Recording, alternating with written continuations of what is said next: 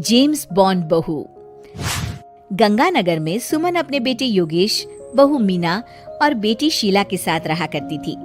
मीना ने लॉयर की पढ़ाई की होती है और वो जॉब करना चाहती है। सुनो जी, मुझे एक डिटेक्टिव एजेंट के यहाँ जॉब मिल रही है। जॉब, वो भी डिटेक्टिव का? अरे ओ बहू, कोई जॉब करने की जरूरत नहीं है। अरे तुम जॉब करोगी तो घर का काम कौन संभालेगा?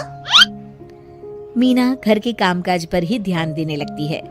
सुमन भी उसे काम पर लगाए ही रखती है। इधर शीला कुछ ज्यादा ही वक्त कॉलेज में बिताने लगती है। अरे इतनी रात हो गई, कहाँ थी तुम बेटा अब तक? फोन भी नहीं लग रहा था तुम्हारा। माँ, वो हमारी एक्स्ट्रा क्लासेस चल रही है ना, और फोन की ना बैटरी खत्म हो गई थी। अरे तो किसी और के फोन से इन्फॉर्म कर देती माँ, और मुझे कितनी चिंता हो रही थी। धीरे धीरे शीला रोज ही देरी से घर आने लगती है। कभी पढ़ाई का बहाना बनाती तो कभी कुछ और। देखो शीला, इस तरह चला तो मैं तुम्हारा कॉलेज बंद करवा दूंगा। ऐसा मत बोलिए ना, मैं समझाती हूँ इसको।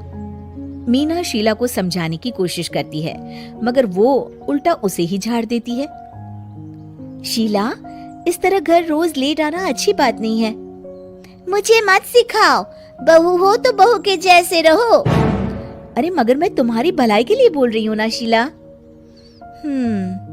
दाल में कुछ तो काला है, मुझे पता लगाना पड़ेगा। मीना अपना डिटेक्टिव वाला दिमाग लगाने लगती है। वो शीला की एफबी और इंस्टा प्रोफाइल्स को अच्छे से चेक करती है और उसको शक हो जाता है कि शीला का चक्कर किसी साहिल नाम के लड़के के साथ चल रहा होता है। वो शीला को समझाने की कोशिश करती है। शीला, वो लड़का अच्छा नहीं है, उसे छोड़ दो तुम। मेरे मामले में ज्यादा घुसने की कोशिश मत करो। वैसे भी मैं उसको भैया और माँ से मिलाने ही वाली थी। हाँ।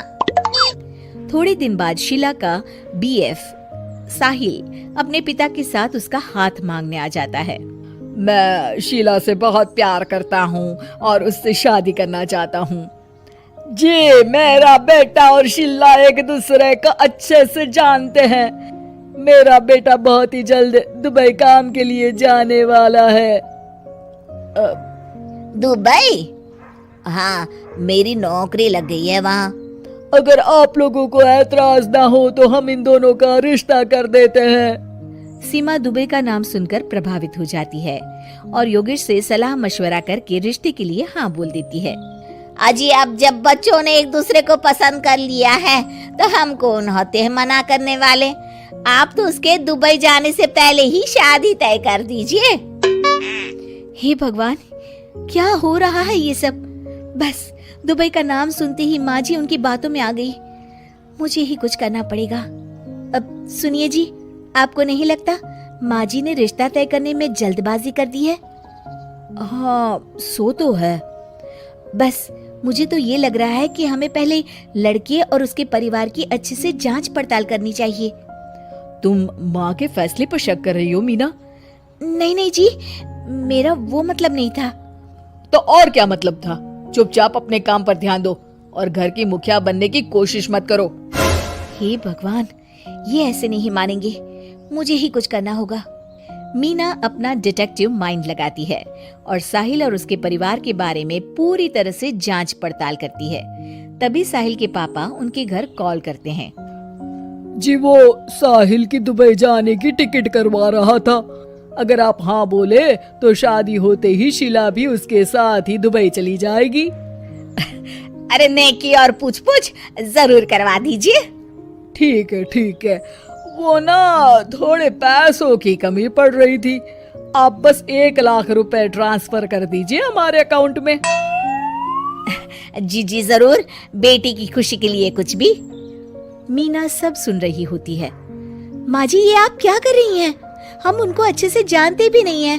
अरे तू चुप कर, हर वक्त टोक लगाती रहती है। मीना को जांच पड़ताल करने पर एक बहुत बड़ा सबूत मिल जाता है।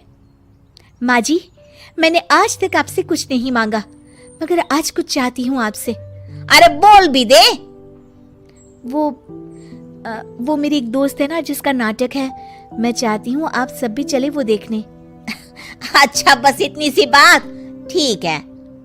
और अगले दिन शाम को सब तैयार होकर नाटक देखने जाते हैं। स्टेज से पर्दा उठता है और सभी देखकर हैरान हो जाते हैं कि स्टेज पर कोई और नहीं बल्कि साहिल और उसके पापा ही होते हैं। अरे साहिल यहाँ कैसे? माँ जी, वो साहिल नहीं मयंक है और उसके साथ उसके पापा नहीं बल्कि सह कलाकार सिद्धार्थ है, जिसे वो अपना पापा बनाकर हमारे घर ले आया था और वो नाटक कंपनी में ही काम करता है। वो साहिल बनकर आपको चीट कर रहा था। हे भगवान, अरे ये सब क्या है? माँ जी, इतने दिनों से दोनों का पता लगा रही थी मैं, तब मुझे इन सब बातों का पता चला। हमें माफ कर दो मीना, हमने हमेशा ही तुम्हारी बातों पर ध्यान नहीं दिया और तुमको नीचा दिखाया। आई एम सॉरी भाभी। हाँ बहू, आज तुमने मेरी बेटी की जिंदगी बचाई है। तुम तो सच में डिटेक्टिव हो, डिटेक्टिव। ऐसा मत बोलिए माँ जी। अरे नहीं बेटा, हम लोग हमेशा बेटी और बहू में अंतर करते थे, मगर अब से ऐसा नहीं होगा। अब से तू अपने पसंद की जॉब करेगी और एक डिटेक्टिव बनेगी, हमारी बहू जेम्स बॉन्ड।